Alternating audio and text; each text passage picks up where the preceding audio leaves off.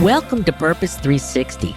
I'm Carol Cohn, and today more than ever before, companies, brands, and their partners need to stand for something beyond the bottom line. I've created this program to provide insights and ideas to share with you so that you can apply them to your work the very next day. The goal here is to up-level your purpose and to benefit companies and society. So please join us.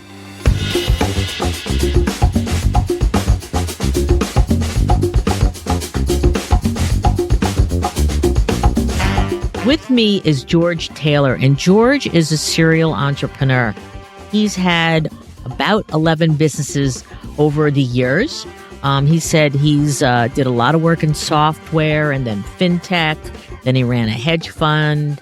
And then he said one of his passions is NASCAR and fast cars. So he had a NASCAR team. And now he's doing a roll-up of speed shops in various communities. And apparently there are hundreds of them, maybe even thousands across the country. George has done a lot in his career. But today we're not talking about speed. We're talking about gangs. And we're talking about young men who maybe haven't had the best break in life, and maybe they've been in prison. But George is creating a brewery and an engagement model and an employment model for young men who have had troubled lives. It's called TRU Colors. And that's the story that we're going to explore today. Welcome to the show, George. Thanks, Carol. I appreciate it. How did you create? What was the impetus for TRU Colors? You mentioned I've had a number of startups over the years or decades, and that's true. And we really are generally pretty disciplined and regimented startup guys. Like, we build business plans and it's structured, and we do market research. TRU Colors broke every one of those rules because it really was never, it didn't start as a business. It frankly just started because I was pissed off. Okay. What happened was, there was one day I came home and saw on the news this gang shooting drive-by shooting that had occurred. And at the time, I didn't even know we had gangs in my city. I live in a gated community and work in an office that looks kind of like Google, right? And it's completely oblivious, frankly, just unknowing of any of it. But I saw that and thought it was crazy that was happening in our city, and I wanted to understand why. So I reached out to the district attorney, who's a friend of mine. I was like, hey, man, I don't get this. I want to meet whoever you think is top gangster in town because it's bullshit. And I want to understand. And that's really how it started. It was never intended to be a business. And, for me, I didn't even know what impact investing or impact business was at the time. This was 5 years ago. I didn't have a clue. But you wanted to start a brewery with a different kind of employee. So talk about the business model. It was 5 years ago that Shane was shot and killed in that drive-by shooting. From that moment till when we actually decided we wanted to start a business was 3 years later. So a lot of time took place between there. And during that time, what I began to learn about the guys that were in the gang was there's a lot of skill. I mean, if you think about it, if you're running a gang, you've got leadership skills, you've got sales skills, you've got skills in collections, and accounting and things like this, right? And so the whole thing started, and I was like, well, I wonder if you could take those street skills and convert them into legit business skills. And that's sort of how it started. And, from there, as we ran several tests in a whole bunch of different ways, trying to understand how this might work and what the culture might look like if we were to build a company like this. And what we determined was that the primary driver of the violence was economic. And so if you could address the economic issue, you could overcome a lot of the social and psychological issues that were taking place, on the streets. That was sort of the impetus for starting this business. Okay, could we start a business, hire all gang members, give them an opportunity, pay them a legit salary, because you got to compete with street money. Nobody's coming in for $10 an hour. And would that work? And that was sort of the impetus for starting the business. I assume you didn't know any gang members.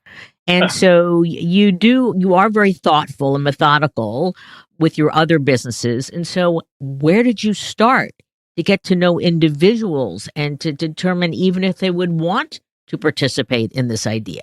I mean, it started about 2 months after Shane was killed. Like that's when I got the district attorney to introduce me to who the police and the DA's office believed was top gangster in town. And it started with that one person, and he introduced me to others. And just said, spent like 3 years hanging out with the gangs, if you would, and learning about what was driving the violence and trying to build trust and understanding, right? And then as that went on, and began to believe that there was a way to deal with this by bringing gang members together and giving an opportunity, we began traveling around the country looking at what other cities and organizations were doing to try and stem gang violence. And that was interesting too. So it was me and 2 or 3 gang leaders would go out and visit like LA or Chicago or wherever it might be and talk to people about what they're doing. And what I found was that like there's generally 2 approaches to how people go at gang violence. Either they try to catch it on the front side by working with kids and convincing them not to join gangs. And clearly, if that was working, we wouldn't be having this conversation today. Or secondly, they work with guys that are, 40 years or older that have been maybe incarcerated 10 or 20 years that are coming out. And their primary goal is second chance hiring and trying to really combat recidivism. Mm-hmm. There's some great examples of that. You mentioned Dave's Bread. Killer Bread, yeah. Really, really good. There's another one out in LA called Homeboy. Greg runs. Right. Super, super organization. Their goal is not to stop the violence. Their goal is to stop recidivism. It's completely different.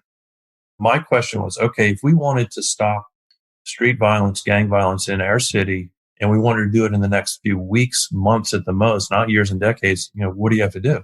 What we decided was, well, if you want to deal with the violence, you got to work with the people that are in the middle of or around the violence, right? And so that was sort of at the core of this was if you want to stop what's going on, you got to work with the people that are causing what's going on, right? So you started working with the top gangster in town. You went all around the country and you looked at different models and businesses. How did you settle on creating a brewery? We were looking for a business that had a lot of different types of jobs and would hire a fair number of people if it grew to size. And the brewery fits that. We also believe strongly that beer is a great conversation starter and brings people together. You can sit down and have a beer and talk about whatever, right? And that's great. And then I have a software company called Untappd that's in the beer space. That it's the largest beer app in the world and one of the larger software companies on the commercial side as well.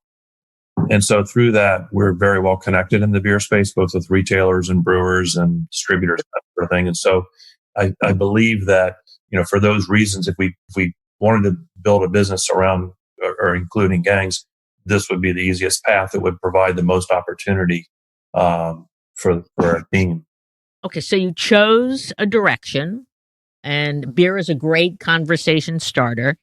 So what did your colleagues say to you when you said, hey, maybe we should focus on a brewery? What was their response? You mean colleagues like my gang colleagues, or do you mean your gang colleagues? No, your gang. I didn't know. I didn't know what you call them, the top gangster, or not the software or the fintech guys, but the guys you were trying to help. Yeah, no, they were all about it, of course. And frankly, they were looking for opportunity, and they trusted, that our judgment on, what business to get into and how to go about it was sound. Their main issue was, okay, here, think about it. If you're a gang member and you've been arrested once, maybe twice, you've got a record, you grew up on the streets, you're going to look like you grew up on the streets, you're going to have tats and dreads and that sort of thing, right? And you're trying to get a job at, pick any place. It really doesn't make any difference. Any place that's paying, a livable wage, it's challenging. You just can't get it done. And so, their point of view was if there was opportunity, they were going to do it. In fact, back in the very beginning when we used to have we used to have meetings at Untappd every Saturday morning or several Saturdays in a row. And I would invite gang members. If you're an active gang member on the street, come to this meeting. I want to talk about what we're doing. I'd be up there, give them a little software pitch with a PowerPoint deck on the big screen, right? Right. and asking them about, and mind you, fully understanding and being aware that the night before there are people in the room with me right now who have been shooting at each other, and Okay. I'm sure there's So weapons in the room. these are rival gang members. It's not just one gang. Oh no, it doesn't work. I mean, if you get just one gang, you haven't done much of anything because Right. just the others out there. You have to get the rivals together. But anyway, so they're all in this room. There's like 70 or 75 of them, maybe. And I kept asking them over and over again. I would say, look, I'm just a little bit unsure of whether this is really going to solve the problem, or whether the beef is really going to stop on the street. And finally, this dude, Steve, pipes in. He goes, look, dude, quit asking the same question over and over again. I'm telling you that if you give us opportunity, we'll make it happen. Opportunity is a great equalizer. And when he said that, it was like, oh, okay, now I'm starting to get it. And it's very, very true. If you give people, and this isn't even a gang thing, Carol. I mean, this is just human. If you give people opportunity and something to work for that's bigger than themselves, I mean, who doesn't sign up, right? And so, that's what began to happen. So so talk about the journey. So you've gotten Anheuser-Busch involved, so I'd love to know about that. And you were on a path to open August 2020, it's my understanding. And then COVID hit. So let's hold off on COVID for a second. Talk about getting Anheuser-Busch interested, and then some of the steps that you started, like, which guys did you hire and how did you train them? And how did you determine transferable capabilities? Okay, well, so if we start with Anheuser-Busch, Right. We've known those guys for years because of the work we've done at Untappd, and they're a terrific organization, and they really do care tremendously about people. Like if you go into their offices, you'll see signs all over the place about how their mission and their corporate mission is to bring people together through beer, of course. And for the next 100 years, because I just interviewed the AB InBev Chief Communications Officer, Pablo Jimenez, who's amazing. The company, AB is amazing, and AB InBev is amazing. They really, really care about people. Absolutely, that's so true. Yeah, sometimes they get a bad rap. They don't deserve it because they're a tremendous organization. Anyway, when and I didn't pitch this to them. I was up there talking about Untappd business, and somehow it came up. And interesting, the unpitch. Okay. Yeah, the unpitch, right? Well, and in the beginning, frankly, I didn't really feel comfortable bringing investors in because I didn't know what was going to happen. And so I funded it really up until last year. Anyway, I was in a meeting with Pedro, who's their chief marketing officer. And he's like, "You're doing what?" And he's like, "We got to get involved." And really, that was really all there was to it. And from that day, they've been incredibly supportive, patient, understanding, terrific in so many ways. So it's my understanding that you are starting with one location, one physical operation, and that's in Wilmington. Right. Yeah, we bought a building that is in the hood that used to be an old textile mill. It's about 65,000 square feet, so it's decent size. And we're building a big brewery. I mean, people think initially when they look at TRU Colors, we're more of a traditional microbrewery. We're not. Our first location will produce about 55,000 barrels of beer a year, which for context is about 1 million cases of beer. So that's quite a bit of beer, right? That's a lot of beer. Yeah. And so, and then also we're focusing on beer that we think will appeal to the widest range of people. And so if you look at the beer market, it's broken at a very high level anyway. It's broken maybe into two different groups. One is the craft brewer enthusiasts. And so they love the IPAs and the stouts and porters and all that sort of thing, which I do too. But that's only about 20% of the market, 25%, depending on where you look at it. The rest of the market is drinking lagers and more mellow beers, right? And so that's where we're focused because you got to remember, like we're a brewery because we have a mission. And the purpose of the brewery is to, of course, help facilitate that mission by bringing people together and drinking beer and all that. But also we need to sell a lot of beer to support the mission that we're trying to build. And what we're trying to do here is a national opportunity. We're not trying to stop violence in our city or brew beer in our city. We're trying to build a blueprint and a brand that moves across the country at a very, very fast pace. And the brand in your eyes, in a perfect world, as things go fairly well, would stand for what? The TRU Colors brand stands for peace and for unity across all sorts of communities. And at its highest level, that's what we drive for. Every one of our key metrics is based on peace. Whether it's stopping street violence or breaking down racial barriers or whatever, it's bringing people together in peace. And that's what the brand stands on. And everything that we do is put up against that lens to determine whether we're going to go forward and invest in it. Which is interesting because AB InBev and Anheuser-Busch, bringing people together for a better world.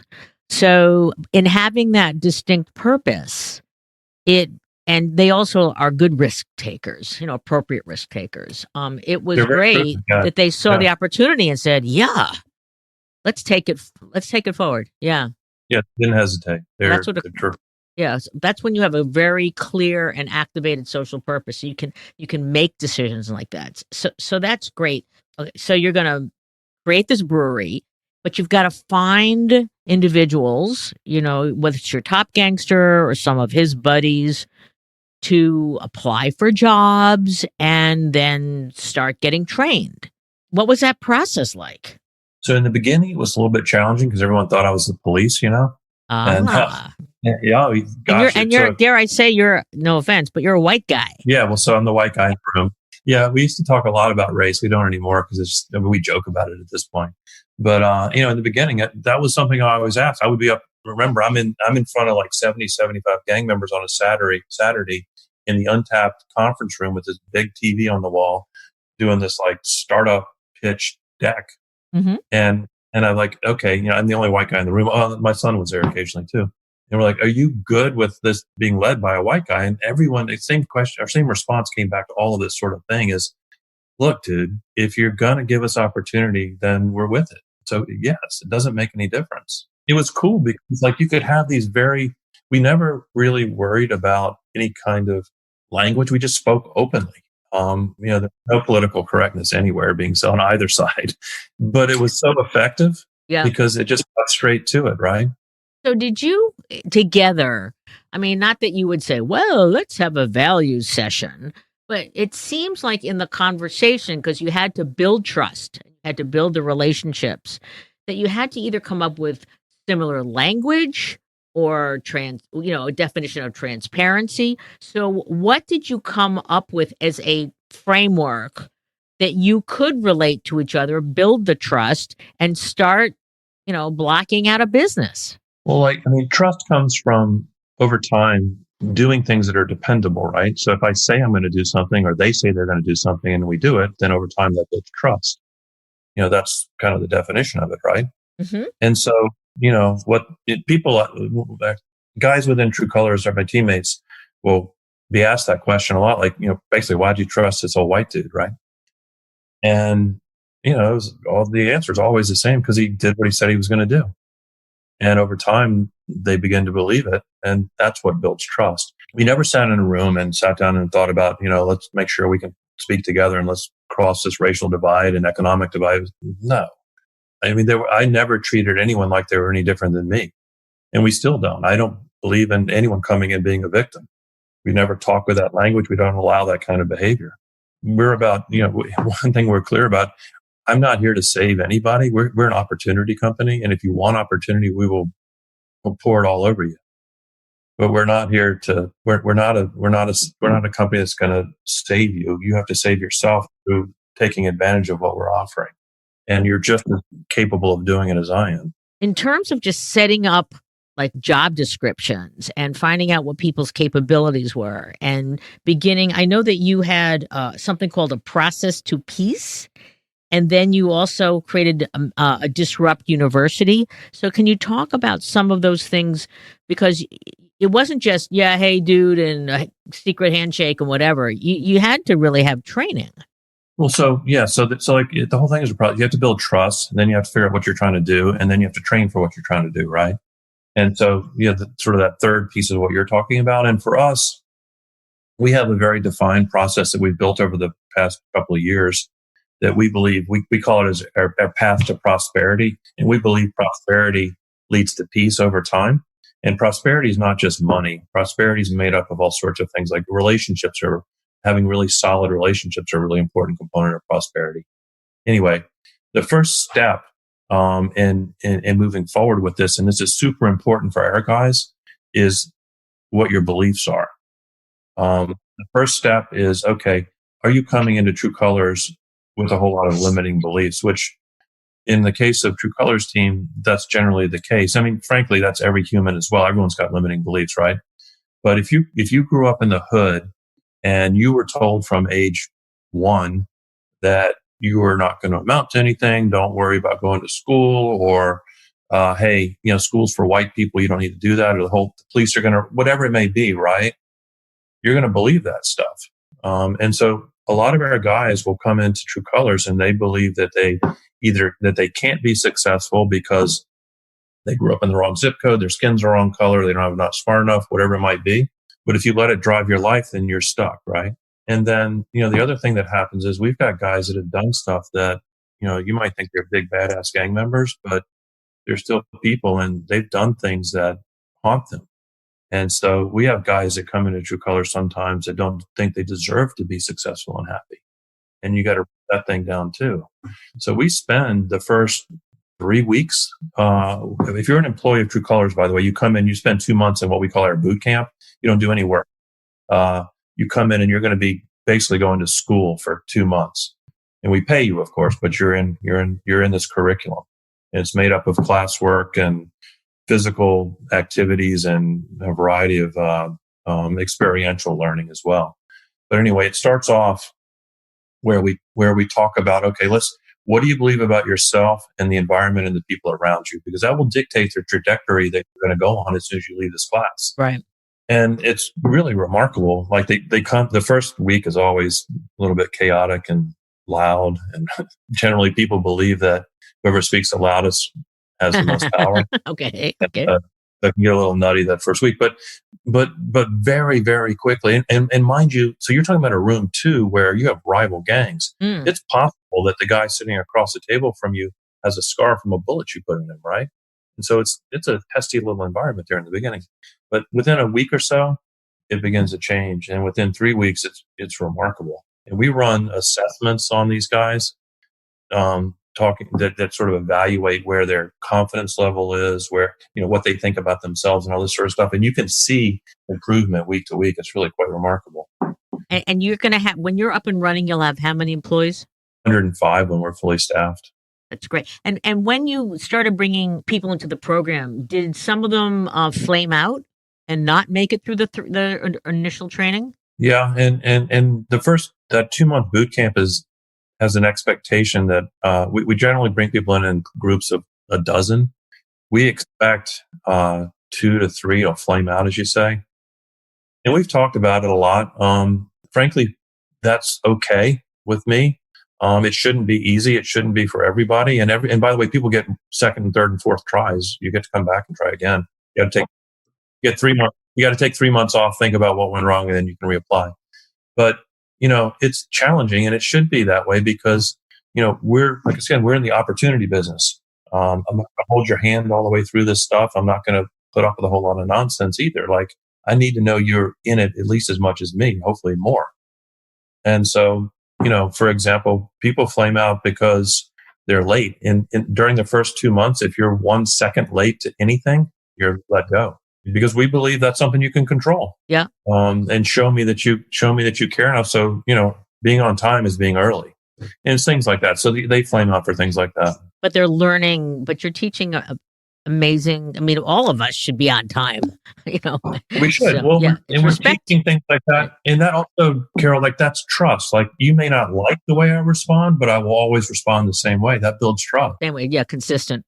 Yeah. Consistency is what trust is all about. So you're on a path to open in August, and then COVID-19 happened, which has been horrific for the world. But how has that impacted you? And I hear that you're going to still keep moving forward, and so you've made some pivots. As I mentioned, we have a very large, well, for us, a very large brewery project that we're building out. It's about a $17-18 million project. And when COVID-19 broke out, we were about a month and a half, 2 months into a cap raise to pay for all that stuff. So, Mm-hmm. so obviously we pumped the brakes on that. But we've got it managed, we think. But so that was a little bit challenging. But more importantly, I think, when we looked at when that happened, all of a sudden in our state, like most, everyone's under quarantine, right? So we've got all of our team in their homes coming in on Zoom. And you can imagine if you think about it for a regular corporation, it's difficult because people aren't used to communicating that way. So you've got to learn to do that. People aren't used to time management when they're at their house. It's a little bit more challenging, right? You got kids around and all that sort of thing. But for us, it's even more challenging because we need to be out on the streets. Like, remember, our main goal, the reason TRU Colors exists, is to drive peace and unity. Well, it's difficult to drive peace over Zoom. I can't even, can you? Okay. Well, you can. I mean, believe it or not, we've brought together rival gang members on Zoom and talked down things that might have happened, right? As insane as that sounds, but it's much, much more challenging. So, that's part of what's happened. The other thing is that a lot of the jobs that people had they're not able to do because they're at home. And so we always had this thing called TRU Studios, which created content, and it was basically a storytelling group. And so they tell stories about our team, about our company, but they'd also tell stories about people that were in the hood. So they go into the projects and talk about, what's going on there. And it gave a voice to people who frankly don't have a voice. And the stories, Carol, some of them are sad and horrific, but some of them are absolutely amazing. Stories of resiliency and all that sort of thing. So what we did is we began to focus heavy onto that, and we shifted a lot of people into that area. And we're launching next week TRU Colors TV. We've got a studio where we filmed a lot of content, and we'll be pushing that out we bought a bunch of equipment that pushes out on Facebook Live, Roku, Apple TV, and I don't know, a bunch of different streaming platforms. And a lot of people are getting involved in that within TRU Colors. And then we also, again, trying to give people, especially gang members, things to do and bring them together, bring rivals together. We are starting the TRU Colors Football League, which is an esports game. We've got this. It's actually kind of cool. Next week is when it launches, but it's a Madden 20 football game. Do you know what I'm talking about? The video game, right? I never saw that, but it's like watching a real football game. It's really remarkable. You can, if you're affiliated, if you're a gang member, you can sign up, and so we'll be having gangs playing each other, and it's really cool. And we have brackets we're pushing out to. If you're not playing, you can fill out a bracket, and there's prizes for the brackets and prizes for the games and all that sort of thing. And probably some gambling and betting, because not through us, but I can't say what else is happening out there. I don't know. Okay. But for the Super Bowl championship, we're having a halftime show, and we're bringing in some kids are going to do some dancing, I think, for the championship halftime show. It's really cool. And where did that idea come from? I don't know. These things just pop up. We have so many ideas. I frankly don't know where that came from. Do you find that when you're talking about, unlocking opportunity, that as your colleagues, I don't know, what are you calling your gang members? They're team. Probably my team members. Team members. Like any other team members. Yeah. Okay, so your team members, it's unlocking ideas and creativity that normally would go towards violence. Oh yeah.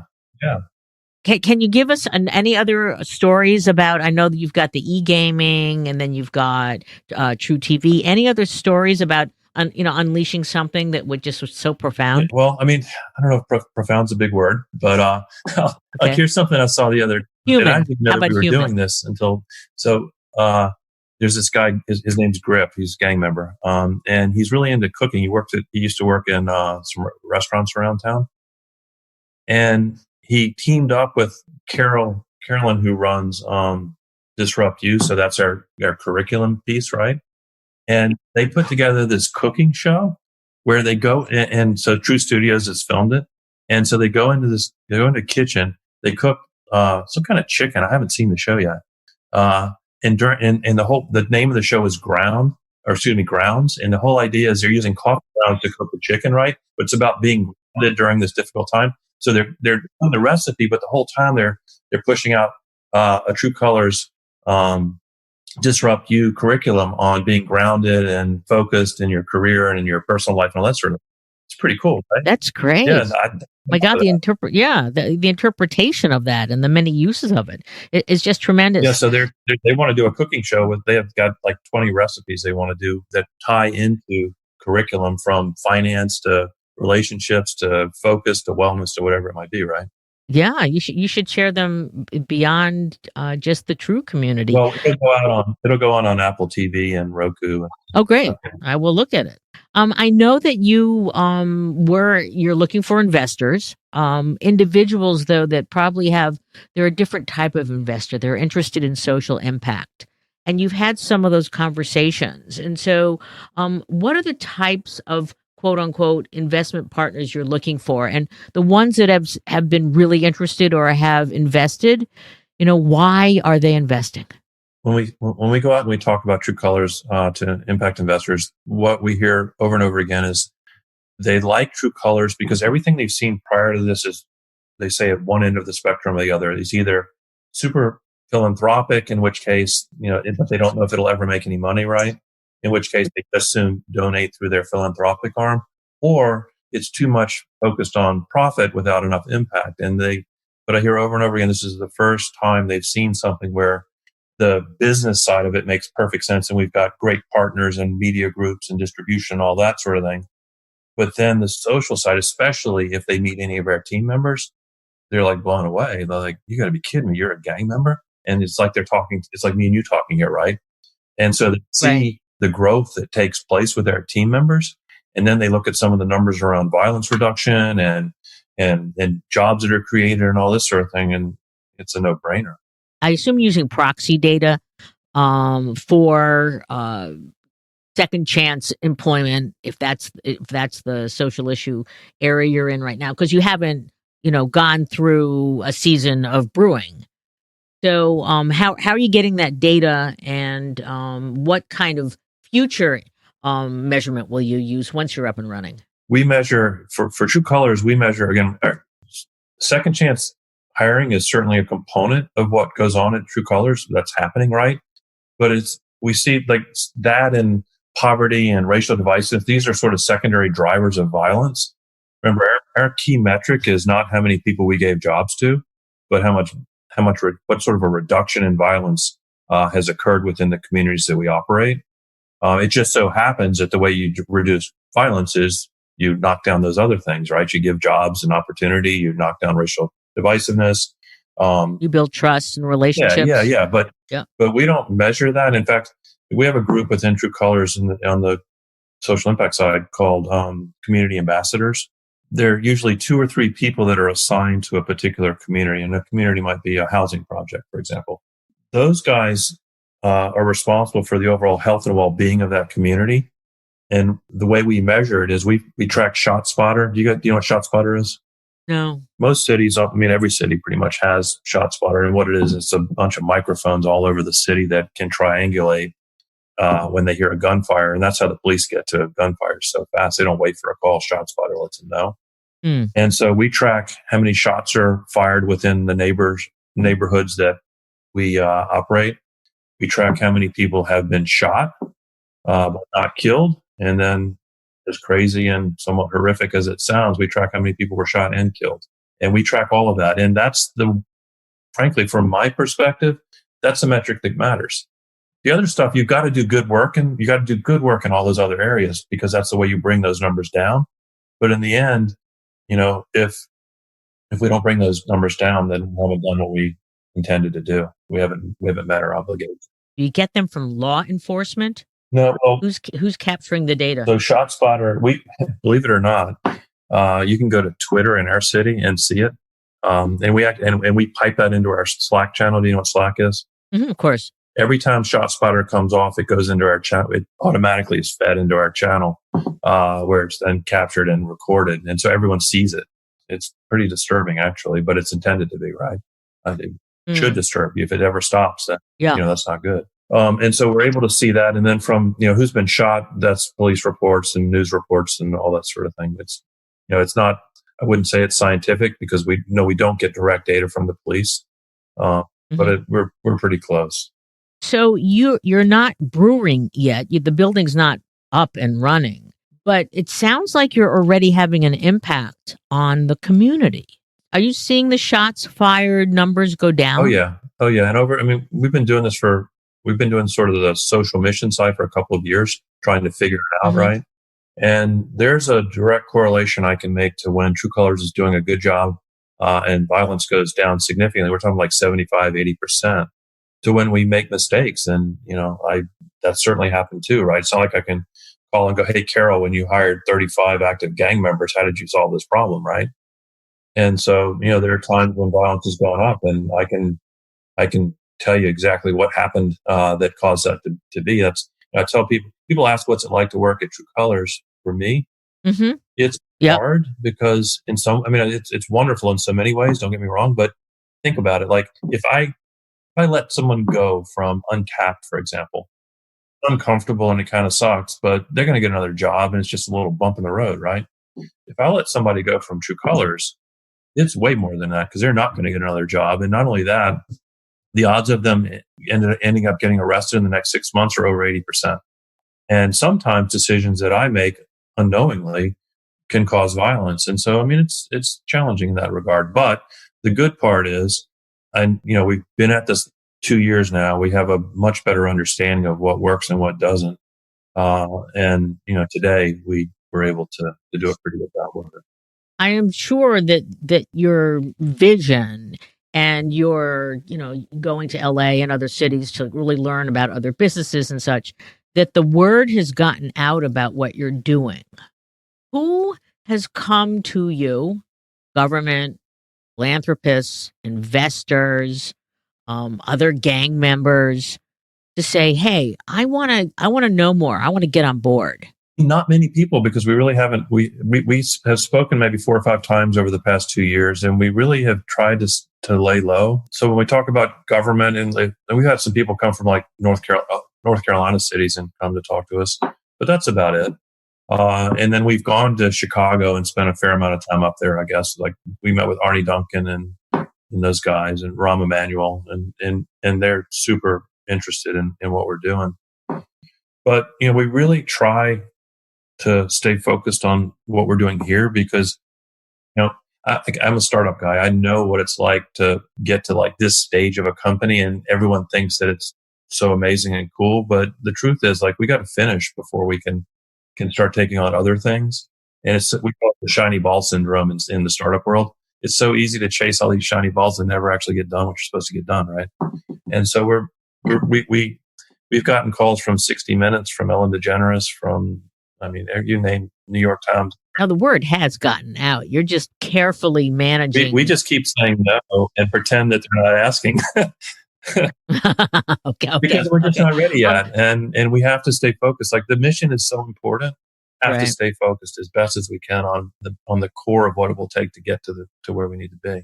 It's really wise. It's the wisdom of having 11 businesses. So, talk to us about the True Colors brand, and a little bit about the branding. And I mean, do you want to make it into like a Tom's? I don't know. I mean, so Tom's culture is different than ours, and culture is really Hmm. important, right? Like when you start a business, you need to figure out what your culture is that will drive you to the finish line you're trying to get to. And we're not a give back company in that way, and some of that honestly is cultural. We are kind of, in that I guess we give back to our own mission, but we see ourselves more. We're a for-profit company that has a really tightly integrated social mission, and we get our hands dirty every day. Like, we're not just writing a check or sending a case of beer somewhere.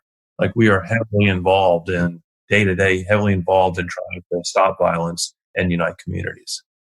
And so in that regard, I think we're different than many of the groups that might be out there. You remind me of Anita Roddick, may she rest in peace, who founded the Body Shop, and she basically founded the Body Shop not to sell, potions and lotions. She wanted to make it a soapbox for, disadvantaged or underserved, age origin products and ingredients, which she did. And she was way ahead of her time. Even Ben and Jerry's. I mean, I grew up around Ben and Jerry's and Tom's of Maine, Tom Chappell and Gary Hirschberg.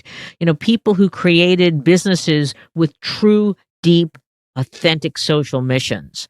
Whether it was, toothpaste that was clean or yogurt that was made from, non-GMO cows and bovine growth hormone and, people that really cared. Right. Well, but they also had to make money too, because they couldn't scale what they wanted to impact. Well, and I think that's the point with TRU Colors. Like the business side of TRU Colors would not exist were it not for the mission came first, right?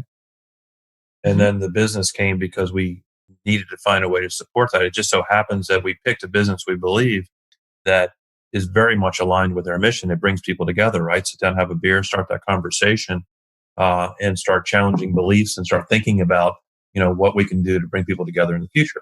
So the business aligns, we think, beautifully with our social mission. But, the world doesn't really need another beer. There's a lot of beer out there, right? Right.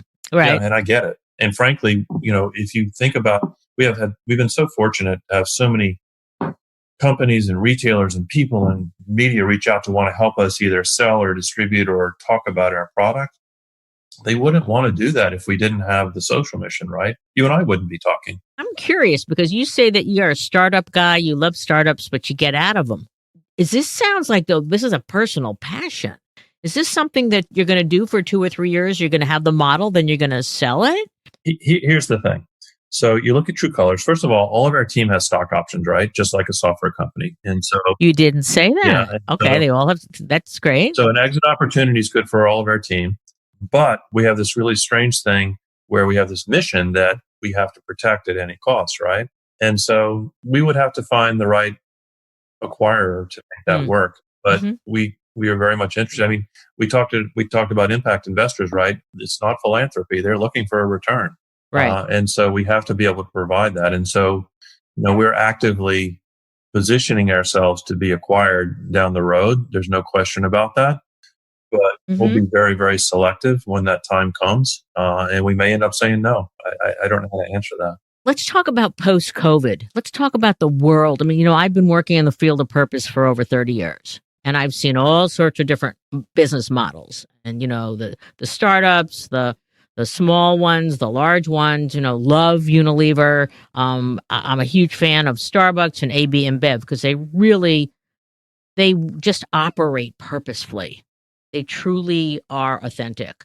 Post-COVID, I would think that companies and brands that truly have an embedded social mission have a blue sky for opportunity.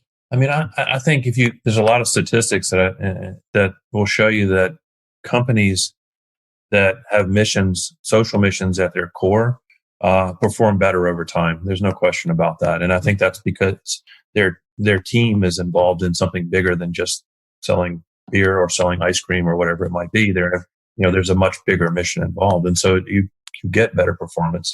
I think too, leaders and companies are going to be judged by what they do during this time right now, right?